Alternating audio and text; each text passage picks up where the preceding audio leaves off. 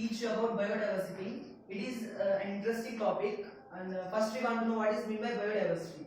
And we know that every day in our surroundings we find that different types of plants and animals, and in those we find a lot of varieties.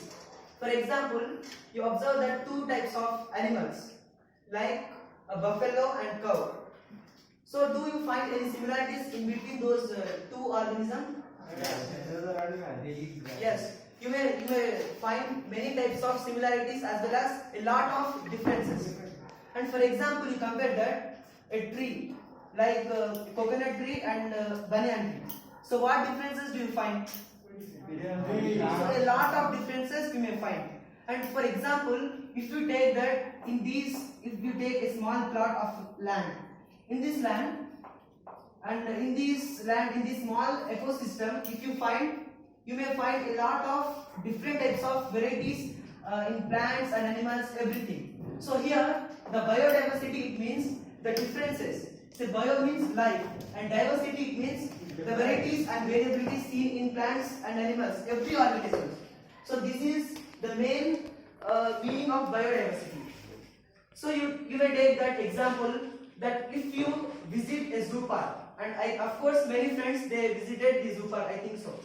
And in every zoo park and in every sanctuaries we find a lot of organisms like different types of animals and many more. And if you go to botanical gardens, in that place you find a lot of different types of species and genera plants.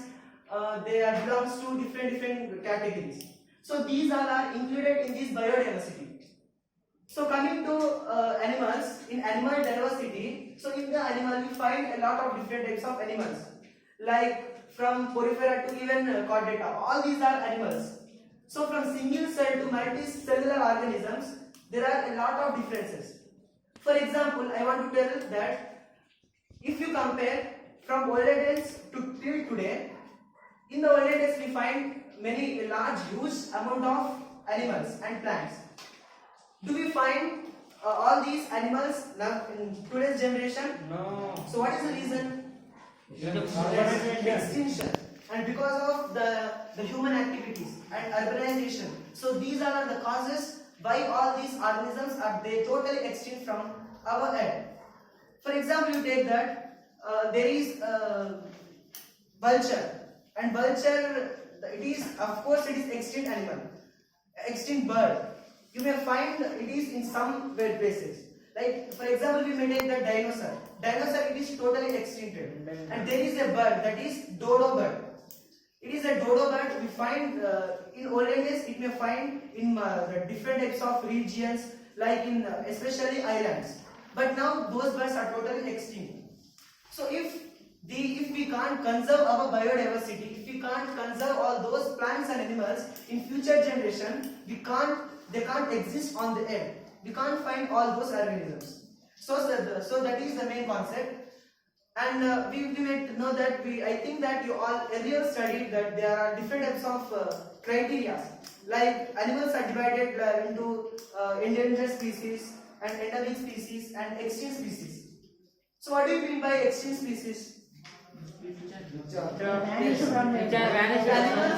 the species which totally vanished from our earth. For example, you take that vulture. Do we find vulture nowadays? No, we can't find because it totally vanished.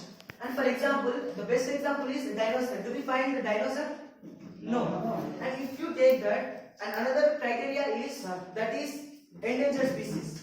So in endangered species, we find, for example, there are many endangered species. Like we find that in olden days there are different types of elephants.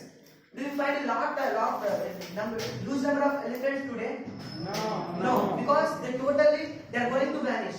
So these animals, they are totally categorized in one particular species, that is endangered species. Yes, another one is endemic. Endemic, that is we find those organisms particularly one place. So if we can't protect all those organisms, then they are going to vanish. It means they listed it endangered. In future generation, we can't find all those organisms on our earth. So, as a human being, we want to protect all those organisms. So, what should we want to do? Protect. How we can protect all those organisms?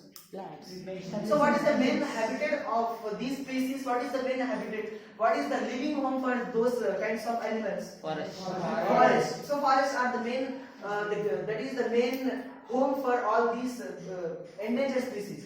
So we want to plant, we want to stop the deforestation, and we want to start afforestation. So by this, we may protect all these species. So in upcoming generation, I think that if we continue all this urbanization, if we continue all these development activities, like everything, then in the future generation, the many species they may vanish totally.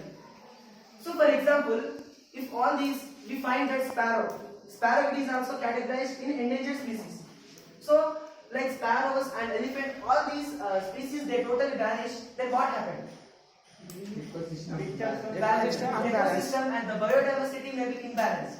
So if every time the ecosystem, the chain should be balanced. If there is any disturbance in between those chains, then it is very dangerous. It is very critical to imagine.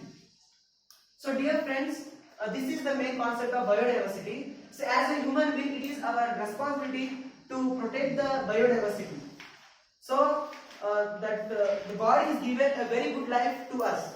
So as if we think like a human with a humanity, so on this earth, every organism, every species, they have equal rights to live on the earth.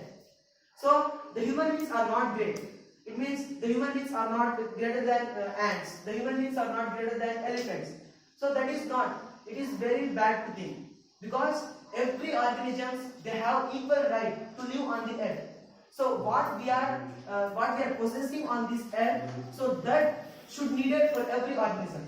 So if every human beings think in this way, then we 100% protect all the species, and on the time these biodiversity and ecosystem totally balanced. So my humble request is, we want to protect and we want to strive for the protection of every organism. Thank you.